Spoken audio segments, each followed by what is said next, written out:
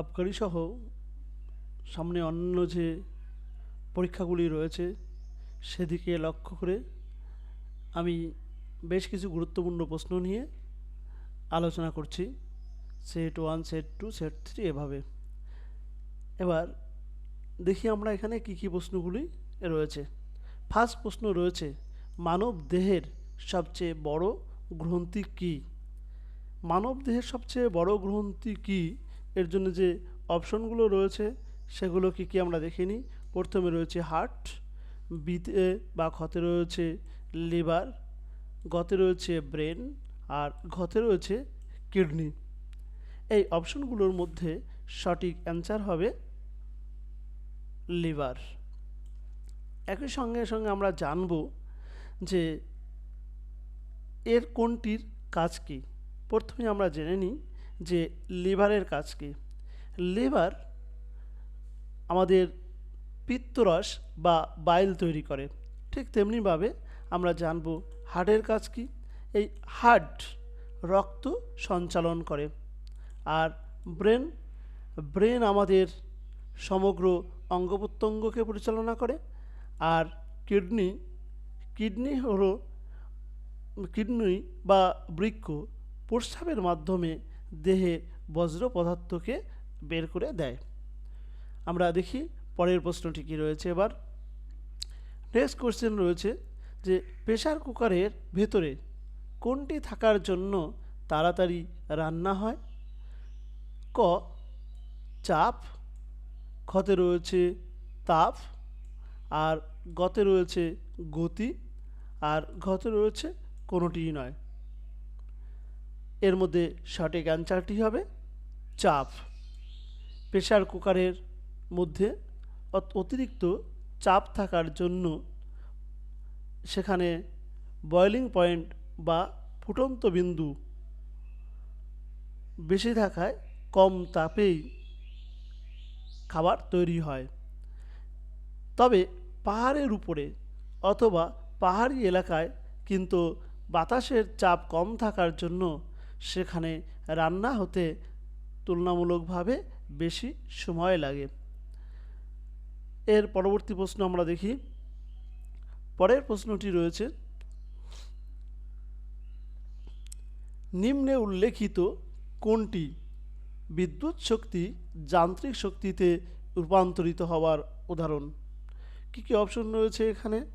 কতে রয়েছে টেবিল পাখা, খতে রয়েছে কলিং বেল, আর গতে রয়েছে ডায়নামো, আর ঘতে হবে কোনোটিই নয়। এই অপশনগুলির মধ্যে সঠিক অ্যান্সার হবে সঠিক অ্যান্সার হবে টেবিল পাখা। এরপরে আমরা আরও জেনে নেব যে পরের যে অপশনগুলি রয়েছে সেগুলির দ্বারা কোনটি কোন শক্তিতে রূপান্তরিত হয়। কি রয়েছে? খতে কলিং বেল, কলিং বেলের ক্ষেত্রে বৈদ্যুতিক শক্তি শব্দ শক্তিতে রূপান্তরিত হয়। ডায়নামোতে, ডায়নামোতে যান্ত্রিক শক্তি বৈদ্যুতিক শক্তিতে রূপান্তরিত হয়। নেক্সট প্রশ্ন, হর্ষস্ক বংশের শ্রেষ্ঠ রাজা কে ছিলেন? অপশন এ বা ক বিম্বিসার, খতে রয়েছে নাগদাস, গতে রয়েছে শিশুনাগ, আর ঘতে রয়েছে বৃহদ্রথ। কী হবে এক্ষেত্রে? হর্ষস্ক বংশের শ্রেষ্ঠ রাজা হলেন নাগদাস। এর পাশাপাশি আমরা জেনে নেব যে এই বংশের প্রতিষ্ঠাতা হলেন বিম্বিসার। আর আরও জানব এই বংশের শ্রেষ্ঠ সম্রাটকে। এই বংশের শ্রেষ্ঠ সম্রাট হলেন অজাতশত্রু।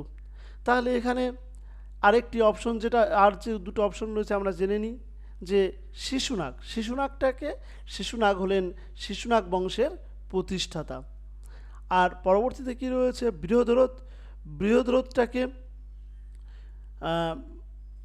বৃহদ্রথ হলেন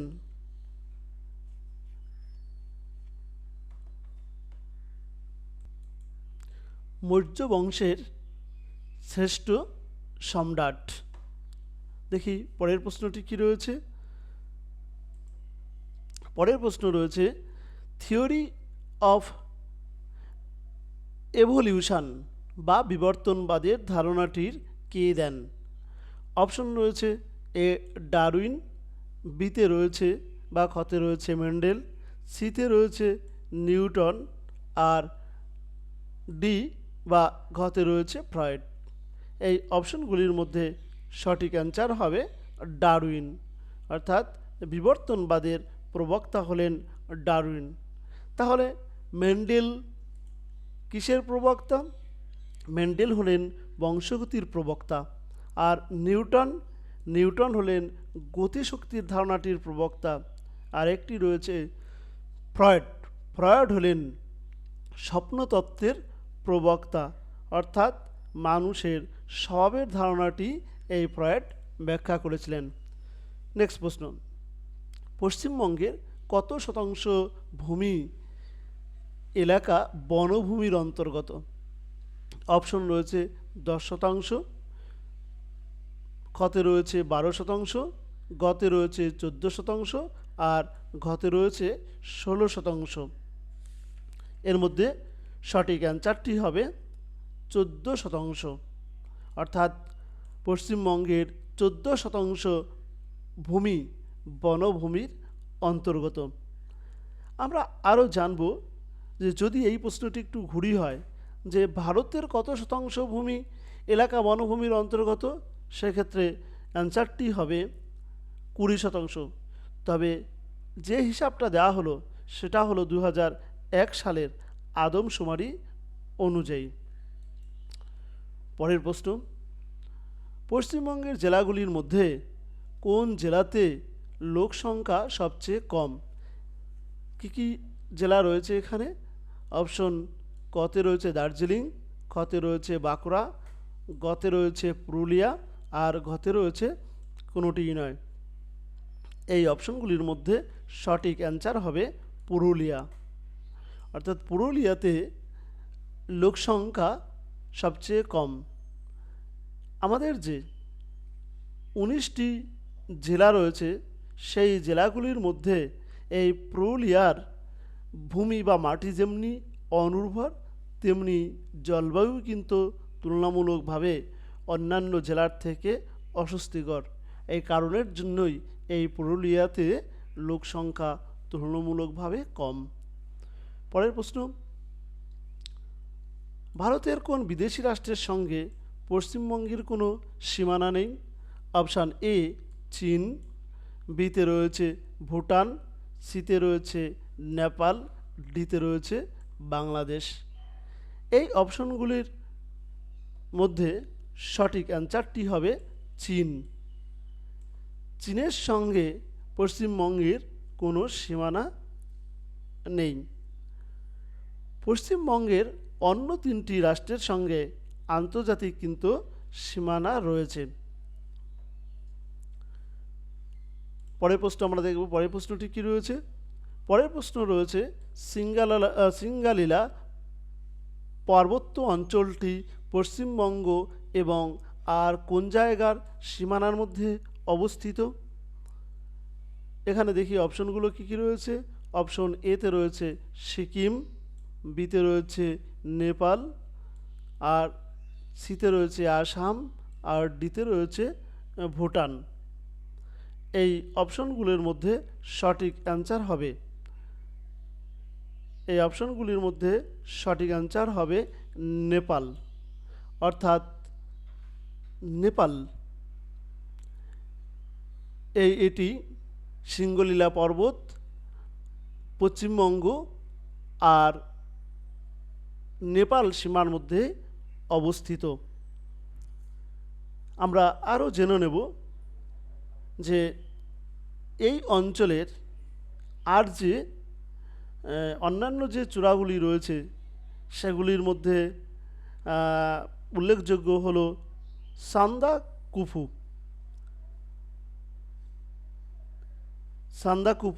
এর উচ্চতা হল 3608 মিটার। এবার দেখি আমরা পরের প্রশ্নটি কি রয়েছে। জলে আর্সেনিকের স্বাভাবিক পরিমাণ কত? এখানে এর পাশে এ বি সি ডি বা ক খ গ ঘ হবে। জলে আর্সেনিকের পরিমাণ অপশন এতে রয়েছে 1 মিলিগ্রাম অবলিক লিটার, এটা খ বা বিতে হবে 0.05 মিলিগ্রাম অবলিক লিটার, আর গতে হবে 0.02 মিলিগ্রাম পার লিটার, আর ডিতে হবে 0.06 মিলিগ্রাম পার লিটার।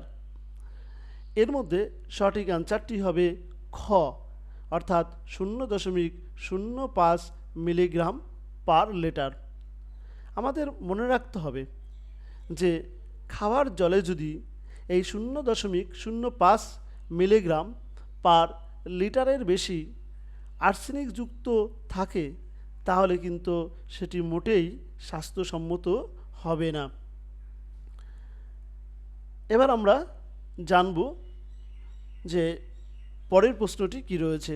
পরের প্রশ্নটি রয়েছে, ভারতের কেন্দ্রীয় সরকার যখন ভারতের বেসরকারি ব্যাংকগুলিকে জাতীয়করণ করেছিল তখন ভারতের প্রধানমন্ত্রী কে ছিলেন?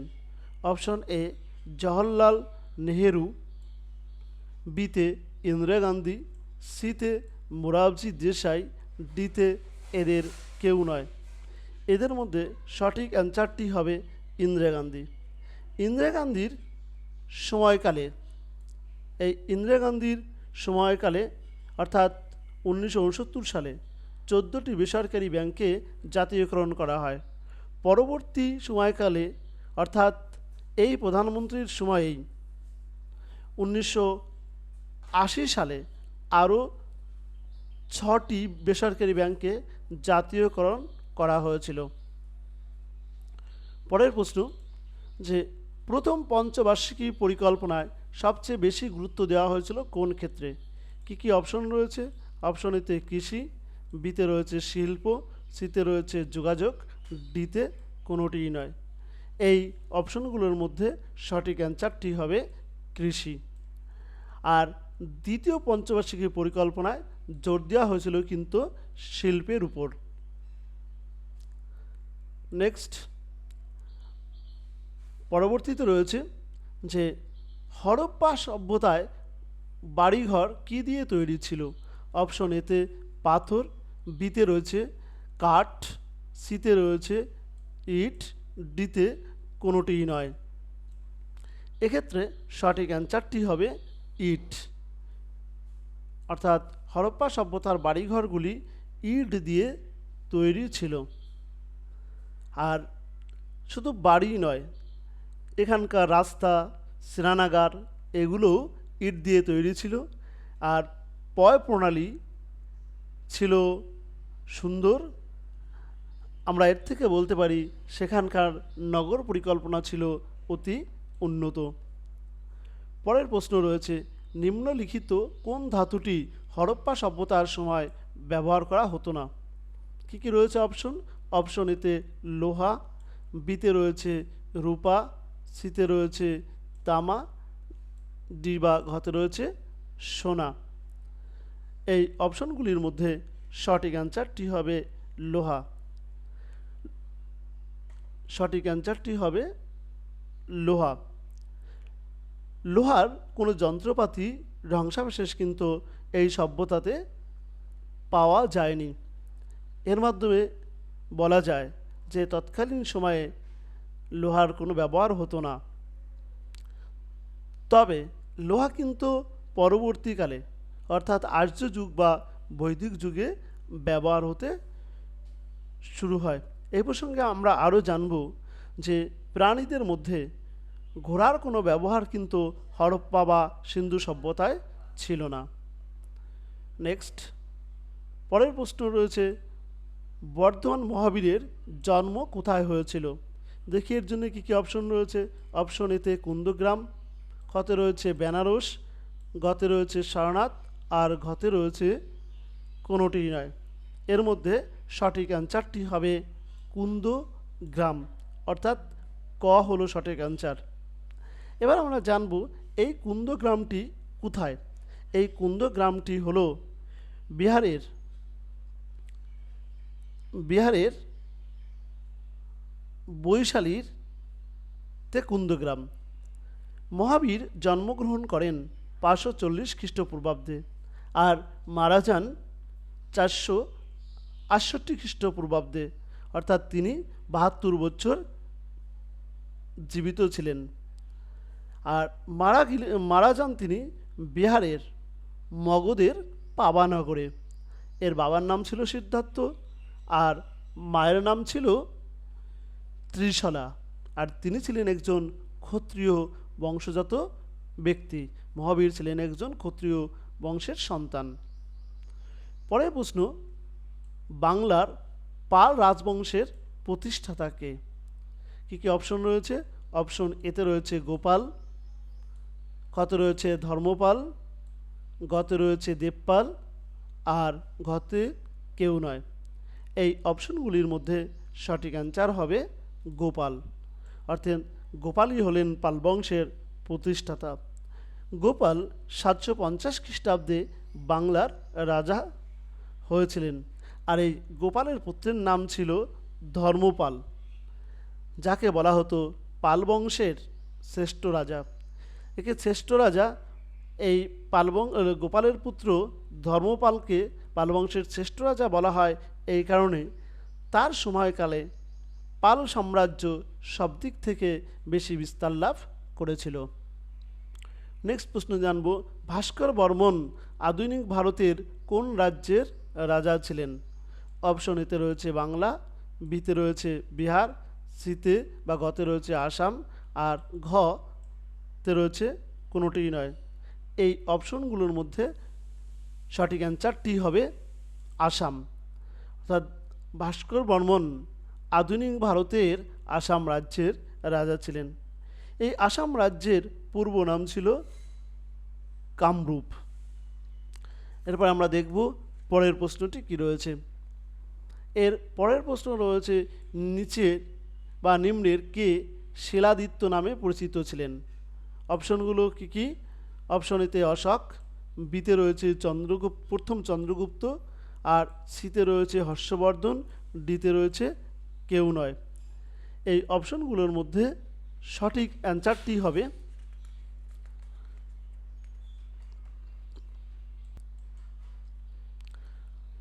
হর্ষবর্ধন। হর্ষবর্ধন শিলাদিত্য উপাধি ধারণ করেছিলেন, আর এর মধ্যে অশোক কোন উপাধি ধারণ করেছিলেন? দেবানাম, প্রিয়দর্শী। আর আরেকটি যেটি রয়েছে প্রথম চন্দ্রগুপ্ত যেটি ধারণ করেছিলেন সেটা হলো মহারাজা ধীরাজ। পরের প্রশ্নটি হলো, প্রথম চন্দ্রগুপ্ত মুঘল রাজত্বের সময়কালে নিজামুল মুলক আধুনিক ভারতের কোন রাজ্যে স্বাধীন রাজ্য গড়ে তুলেছিলেন? অপশান ক তামিলনাড়ু, খ কর্ণাটক, গতে অন্ধ্রপ্রদেশ আর ঘতে রয়েছে কোনোটিই নয়। এর মধ্যে সঠিক অ্যান্সারটি হবে অন্ধ্রপ্রদেশ। আমরা জানব যে এই অন্ধ্রপ্রদেশে নিজাম বর্তমানে স্বাধীন রাজ্য গড়ে তুলেছিলেন। আবার বলছি, অন্ধ্রপ্রদেশের রাজধানী হায়দ্রাবাদে নিজাম স্বাধীন রাজ্য গড়ে তুলেছিলেন। এই নিজাম বংশই হায়দ্রাবাদের চারমিনার গেট তৈরি করেছিলেন। লাস্ট কোশ্চেন এই সেটটির, ভারতে মুঘল সাম্রাজ্যের দুর্বলতার সময়কালে স্বাধীন বাংলা রাষ্ট্র কে গড়ে তুলেছিলেন? অপশন এতে রয়েছে শায়েস্তা খান, বিতে রয়েছে মুর্শিদ কুলি খান, সিতে রয়েছে আলীবর্দী খান আর ডিতে কেউ নয়। এই অপশনগুলোর মধ্যে সঠিক অ্যান্সার হবে আলীবর্দী খান। আলীবর্দী খান 1740 খ্রিস্টাব্দে বাংলার মুঘল প্রশাসকদের থেকে ক্ষমতা দখল করার পর নিজেকে বাংলা সহ বিহারের স্বাধীন প্রশাসক হিসাবে ঘোষণা করেছিলেন। আমরা সেট করলাম আমাদের প্রথম সেটটি। এভাবে সেট 2 সেট 3 সামনে যে পরীক্ষাগুলো থাকবে সেই পরীক্ষাকে অবলম্বন করে সেটগুলো তৈরি করা হবে। তোমরা অবশ্যই ভালো লাগলে লাইক ও শেয়ার করবে এবং যারা সাবস্ক্রাইব করনি তা সাবস্ক্রাইব করবে, কেননা তোমাদের এতে আমি উৎসাহিত হয়ে পরবর্তী আরও সেট তৈরিতে অগ্রসর হব। থ্যাংক ইউ সবাইকে।